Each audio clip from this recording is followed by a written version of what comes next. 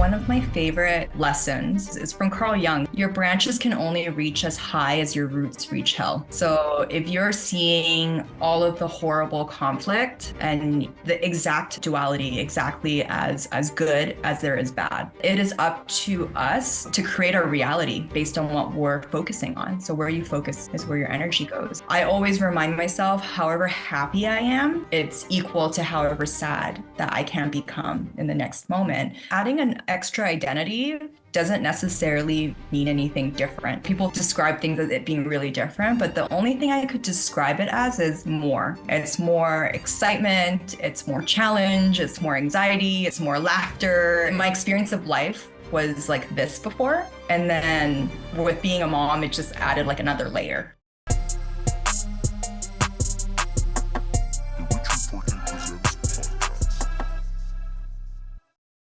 Everybody, welcome to Richard Fortin Presents. This is the global edition, is what I'm calling it, because so far I have been remaining mostly local and doing interviews in the studio here at Suite 16 in North Bay. But my good friend Michele Wong, from back in the day when I worked in Toronto in the political world of Queen's Park, Michele and I connected back then, and we decided it'd be fun to record a podcast. So we're doing our first remote Zoom recorded podcast, Richard Fortin Presents, Michele Wong. Welcome to the show. I feel so honored. Thank you so much. I was so happy to hear from you and to hear about what you're doing. And I mean, I don't even know where to start, but let's start at the beginning. We met in Toronto, at which point we were working for Liberal Premier Dalton McGuinty. We were in his office. And then give me the 2-minute update of what happened since then. Because how old were you then? You were just out of school, not that long.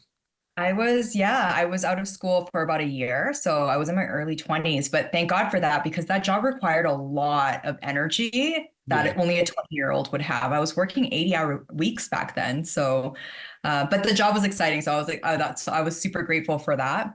Yeah. But yeah, I guess a 2-minute overview really quickly. Worked with Corporate Foundation, worked in the Girls 20 Summit. Then I wanted to move abroad. So I did my master's, and it brought me to Lebanon, where I worked with a lot of nonprofits. Ended up working with the United Nations, with UN Women in Zimbabwe. And I missed the Middle East when I was there. So I hopped over to Dubai and got recruited as the head of corporate responsibility for one of the largest banks there. Never thought I would have worked for private sector, but that's what happened. I left during COVID. They were causing a lot of redundancies, and 3 of my team members were about to be fired. So I just raised my hand and I said, I think this is a good time for me to go. So I negotiated for them to keep my team members, and I left and said, listen, I created the strategy for you. You need somebody to execute. And I started my my own consultancy for the last 5 years, and I'm super happy about that. And I'm just about to launch a new platform to make sustainability practices more accessible. So I don't know about 2 minutes, but that's an amazing overview. You did a wonderful job. But this specialty you're in, sustainability practicing and measuring that, there's more and more requirements and regulations coming into effect now in the world. Is there not, that people now kind of have to deal with this, and you're looking to provide a solution? Is that right? Yes, there's actually regulations popping up all over the world right now. The most prominent is probably the European Union. They have, the EU Green Deal, the taxonomy law. They have the corporate reporting. I always forget all of the acronyms. CSRD. Basically, they got to do the work. They got to report. They got to take accountability, or at least It's all about non-financial performance reporting, and they had mandated in 2022 for the largest companies that have over 500 employees and are publicly listed, but they're expanding that scope over the years, and it's going to go all the way down to SMEs and startups as well. So I thought it would be really easy, or it would be a lot better if we were able to create a platform to let the smaller companies get started, because it's a pretty hefty exercise to do. Yeah. Yeah. And so now you're launching this coming up, a solution, or it's a course, it's an online course? So I've been largely consulting for the last 5 years, which I like to call it done for you. It's very easy, but it's mostly companies that have a larger budget with more employees that can really afford that. Yeah. So I created a DIY course for startups, something very, very affordable and accessible for everybody. Yeah. But then I realized that there's a middle ground. There's somebody who might want to have more guidance, but they don't really want to have the full traditional consultancy. So I created a done with you platform. And it's a program where they do the course and then they get one-on-one interactions with me to help to get help to get guidance for the reporting process. That's really cool. When we spoke a few days ago, we, of course, it was nice to quickly catch up, but we quickly got into how this interconnects with our own personal understanding and balance or lack thereof in our own life, and how sustainability in a corporate sector is done by people.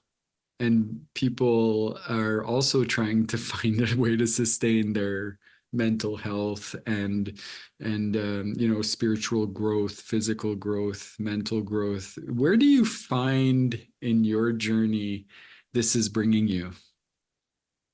It's so funny because the last couple of years I've done a lot of self-reflection, and I knew that there was a tie to something that I've been doing professionally. And what I've come to realize is that sustainability really is kind of the spiritual practice for larger institutions and organizations. It's the ability to reflect and to identify what impact we're making on those around us, the environment, the people, and how we're doing it. So, it's the same thing for us as individuals when we're having all those practices. When we meditate, when we look at our past traumas and we try to heal in certain ways so that we can live better lives and also impact those around us more positively. It's the same thing in terms of businesses as well. You want to know how your operations are internally and also externally, how it's reflecting, not just from a perspective way, but also how you're actually operating and how you're actually engaging with your stakeholders. And those stakeholders are your employees, your investors, your suppliers, your customers. So it's everyone that's around that's being affected just because your business exists. And that also includes obviously the environment as well. Mm-hmm. So that's really how I've kind of realize the work that I do is just kind of an amplified way of self-reflection is actually what reporting is.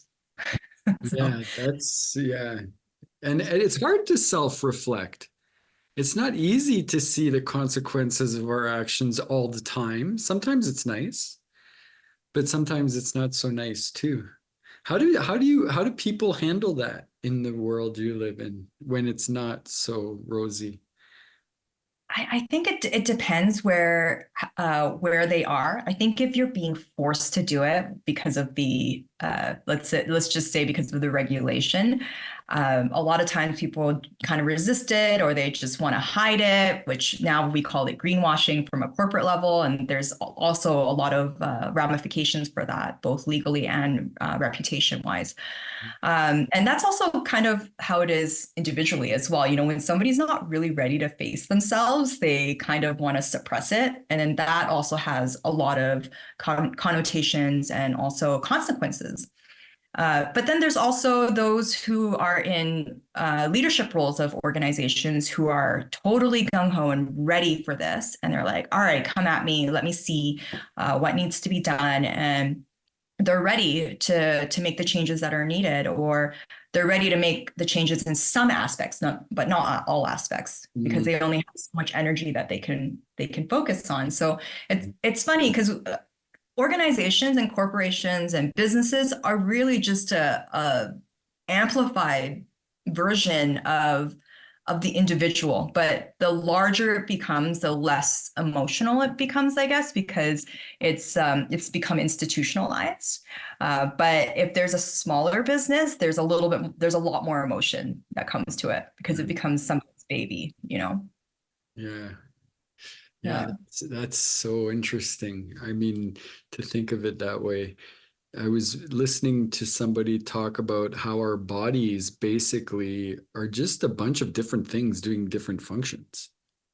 Like, and where is it that that line gets drawn in our minds of what's us and what's the other, And I think the more we realize or do practices to blur that boundary, the more, yeah, maybe we take care of the consequences because we're going to live in it. Exactly. Yeah. You know, you just kind of reminded me of a story. When I was going through the whole healing journey, I had a colleague in my office, and she was kind of like low key spiritual. She never expressed it or anything, but I just had a question about something. She's like, you have to think about different energies and different ways are connected to the body.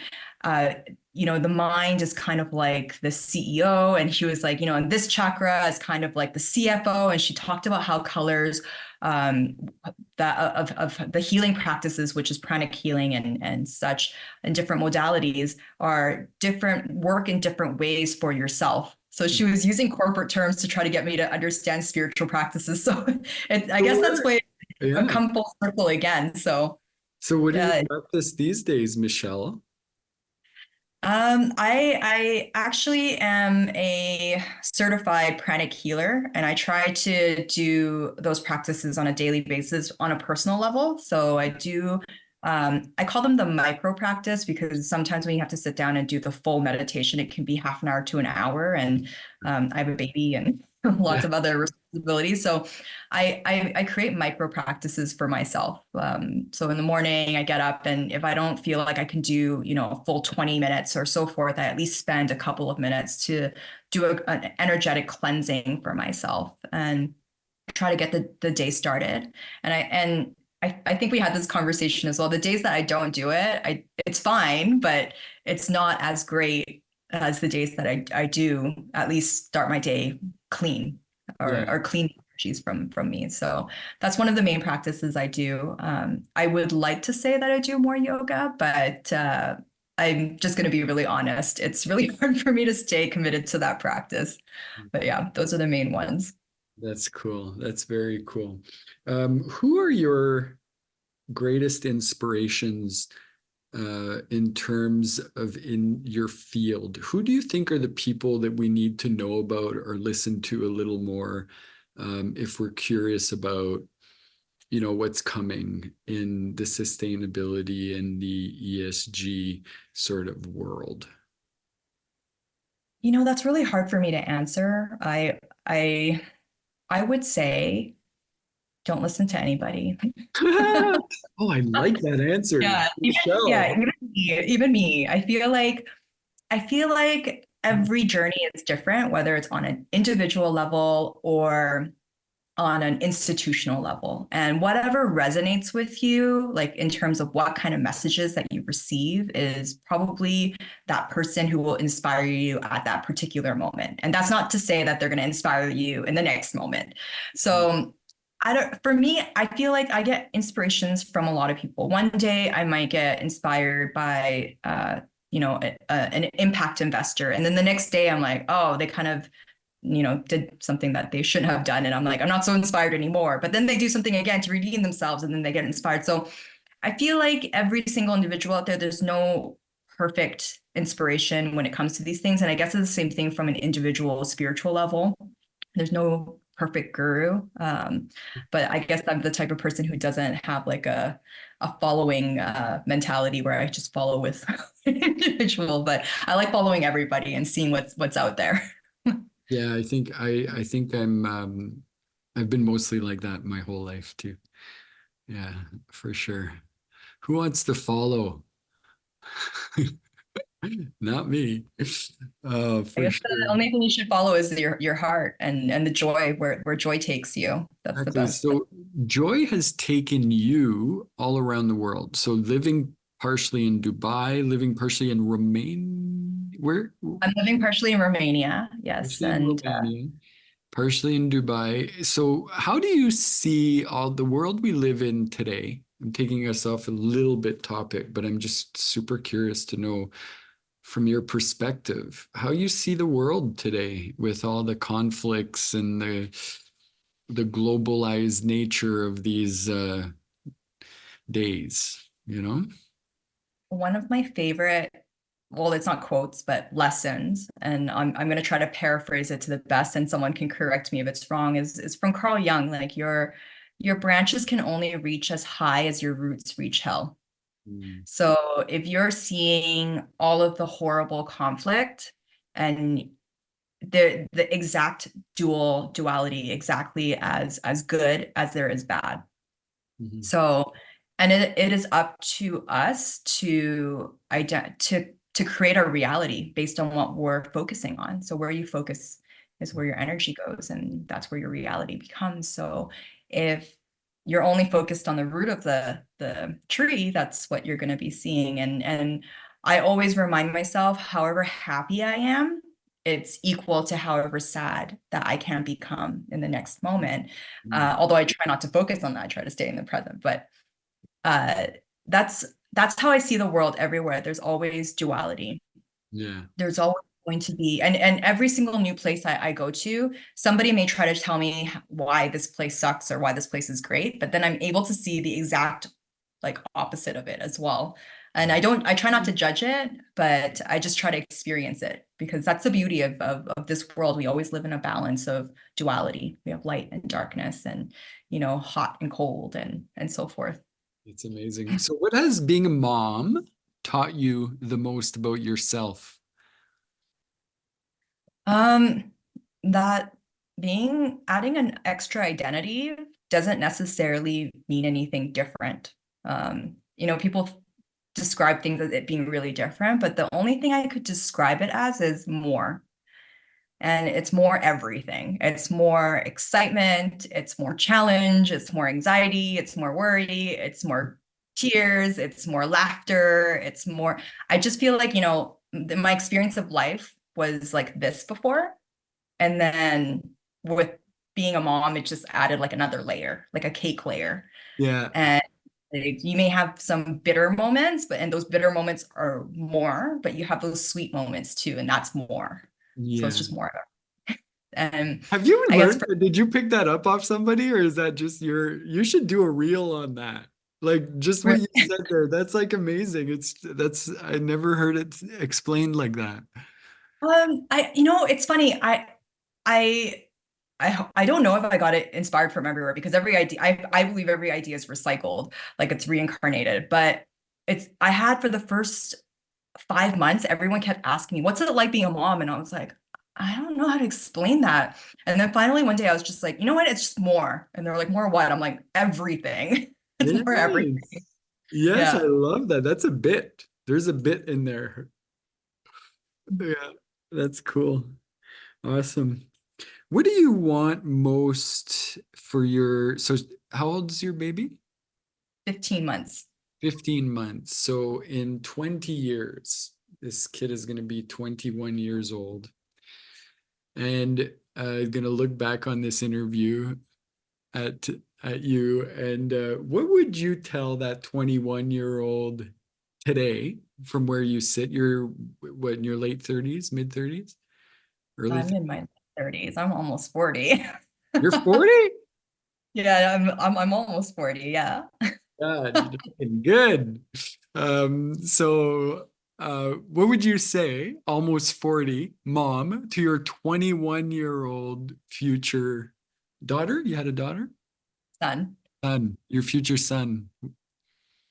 I just want him to feel full, whatever that is for him, whatever that definition is for him. I don't want him to be following like my dreams. I don't want him to following society's dreams. I don't want him to, I just want him to live in his own purpose. Yeah. And as long as he's really, like not comfortable, because comfortable is not necessarily always a place of growth, but that he really sits in the seat of his own soul. Yeah. Like he's who he is. And I'm hoping that I can give him inspiration for that, and that he'll be able to be in a place where he can learn the lessons that he's supposed to learn, experience the experiences that he's supposed to have, and just, yeah, live life to the fullest, whatever that means for him. Yeah. Yeah. Yeah. That's a great answer. That's a fantastic answer. That's what you would hope any parent would want for their little one, eh? I think parents do want that. It's just that they themselves were never given that opportunity. They want their kids to be happy and successful, but those definitions were sometimes inherited. Yeah. And that's something that I also had to dissect and really look at in myself and reflect upon myself, because I had all these Yeah, definitions as because well. you wrote an autobiography, I wrote a spiritual memoir. a Uh, spiritual memoir. Explain to me what a spiritual memoir is and how it one comes to you published it and everything's like I can go check this out, right? Yes, actually, I've just put one in an envelope and I'm sending it to you. I needed to confirm your address. Oh, Here you good. go. It was supposed to be a surprise, but I figured I should just ask you if I would the address. love, I look forward to reading it. So tell me what it's about. Tell me what that is.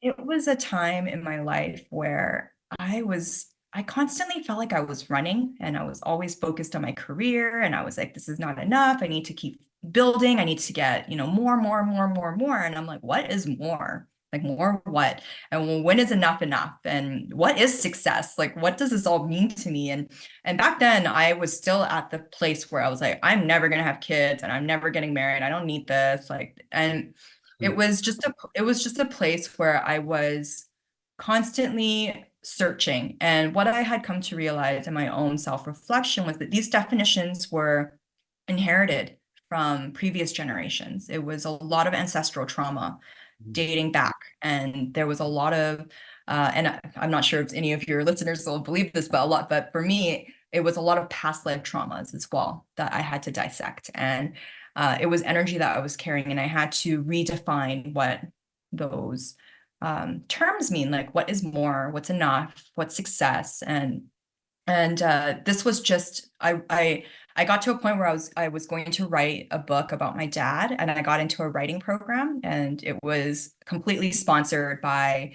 It was very little funding that I had to invest in, but it was funded by Georgetown University, and I was about to write a book about my dad, but something inside of me was like, no, you got to write a story about yourself, and I had an internal battle about that because I was like, why me? Like, who cares about me? Like, it doesn't matter. But what I realized that writing journey was another healing modality in itself, to share that story. So I wrote it, I published it, it's on Amazon. I did not market it, so not many people know about it. Yeah.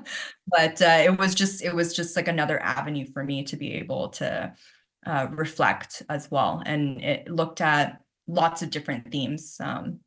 Yeah, and it looked at spiritual gifts, and looked at what kind of healing that I can that I practice or tried. So Interesting, because from the outside in, looking in, it's like you walked your own talk with how to report how you're what you're asking a company to do or needs to do or helping, but you're helping companies do, you did to your own life. I tried to do the coaching thing because I had several people come up to me and be like, "Can you be my coach?" And I was like, "I'm not a coach though." And I was like, "Is this the calling that I should try?" And I tried it, and I told them, I'm not going to take any money from you. I'm just going to see if this is actually an avenue that was meant for me. And it just didn't feel like it was meant for me. There's so many personal coaches out there, and they probably do like a fantastic job. But for me, I felt more drawn to working with institutions, because I feel like there's a lot of impact that happens when it comes on an organizational level, and that's what really attracts me. I'm really interested in working with companies, and and the leaders behind those companies. Yeah. So Well, that's uh, interesting because that brings us back to how we met and why I was interested when I was invited to work at Queen's Park by my former professor at Western. And I said yes to it, even though I had no political interest, to be honest. But it was a great opportunity because, I mean, you really see the people that affect the wheels of government, and learned there was just how big it is and unwieldy. I mean, really, it's really hard to change anything that big. Because even if you're powerful, there's a lot of other powerful people, and there's a lot of things that are, you know, um, interconnected. yeah, it's all interconnected. It's not as easy as people like to think. Jim Flaherty said something about, you could be on the fringe as long as you don't want to govern. But when you get into the chair of government or like having to make the decision, you kind of, people don't differ that much, you know, when you look at it, because it's a big, big, big system. But it is led by people. Like it does make a difference, I believe, who the leader is. So it's like this contradiction, or it's like isn't life kind of like that? Maybe what were you calling it? The black and white, Duality. the duality. It's the duality. That's the yin is the yang. It's the Those loving and symbols. the Yeah. and the connected. It's like it's just everything at once. It's you can really kind of see, it depends on what lens you decide Yeah, to see it in and where you're standing from. exactly. So Michelle, if we want to follow you and hear about what you're doing and maybe even take this course that you're going to be launching, where do we find you? I am on esgaccess.io, and I can also give you all the links as well. Yeah, send And the links. you mentioned that there's a lot of compliance and regulations out there. I can also give you a link to a free summary about all the regulations that are in the world in 2024 and upcoming regulations. So I update that every year and send that out to everybody. So We're going to help people here on Richard Fortin Presents. I really enjoyed our connection today, and I think we're going to have to do it again, maybe next time in Dubai. yes, in person, I would love that. I Person, would love I that. think you should introduce me to this world. I'm really curious about it and going there and checking it out. I've been hearing some amazing things. So you just never know. You I'll be your just, tour guide. I would appreciate that. I'm so happy to see you doing so well. You're giving off such a nice, grounded, centered, and wise energy, Michele. I hope so because it's there. I swear, just like a week ago, I was in a I suck phase. Why am I doing this? This course is going to blow up, and fear, fear, fear, fear, fear, fear, fear. And then this week, I was like, you know what? Everyone's giving me the message. Don't be afraid of the light. Just go for it. Yeah. Be like Sakura. Like if someone criticizes you, like you're good. Yeah.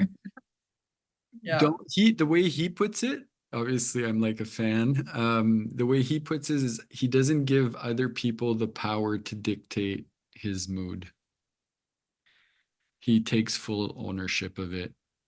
And so even if under attack, imagine you didn't give somebody, and this comes back I know we were finishing off, but what you said earlier made me think this morning I was realizing it's interesting to not let a compliment or flattery affect you as much as somebody trying to take you down too. Like just being neutral to it all, like the good, the bad, the happy, the sad, like just being okay with the change of all of That's that. true. It's And completely, and compliments used to make me feel so much more uncomfortable than a criticism. I guess maybe because I grew up in an Asian family, like criticisms, like, and then when someone would compliment me, I would be like, this is so weird.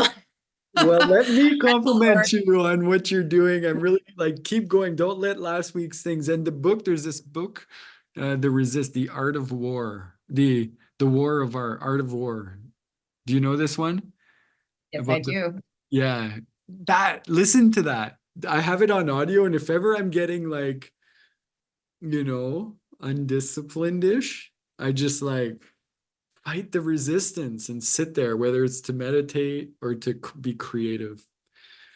Yeah. Okay, before we go, are Okay. you at 1 6 Lakeshore Drive, Suite 16? 176 Lakeshore Drive, Suite 16, North Bay, Ontario, P1. I don't know if Yeah, you can't the see it. book. Okay. P1A288. Anybody, send me mail. I mean, as long as it's friendly. I'm And uh I'm gonna ship it out tomorrow, so from Romania, so it should be there about 2 weeks. Corley told me when I shipped it to her that it looked like it went through hell and back, so hopefully, but the book yeah, was fine. It was in a bubble wrap, perfect. but Well, I so look you have to. forward to reading it. And thank you for being so open and honest and wonderful. Thank So you. we're going to And do thank you this for being again. open and giving me space, and you gave me a safe space to share. So thank you for that. Let's do it again. Let's do it again. Let's check in. Okay, I would love that. And we should just stay in touch anyways, just for fun. Like I have you on my socials and stuff, so I can see what you're doing and make Yeah. comments. And I hit the road. I want to travel a little bit. I mean, I love the studio here, but I want to figure out a way to take this on the road. So I'm gonna come find you. Okay, I will be in Transylvania for the next couple of weeks, and then probably Romania. I mean, not Romania, Dubai in mid-May. And then hopefully Woo! I'll be in Vancouver some point in the summer. Look at your life, eh? You must pinch yourself sometimes. It's it's funny, it just became so normal. I need to remind myself to Well, just pinch be yourself. so grateful.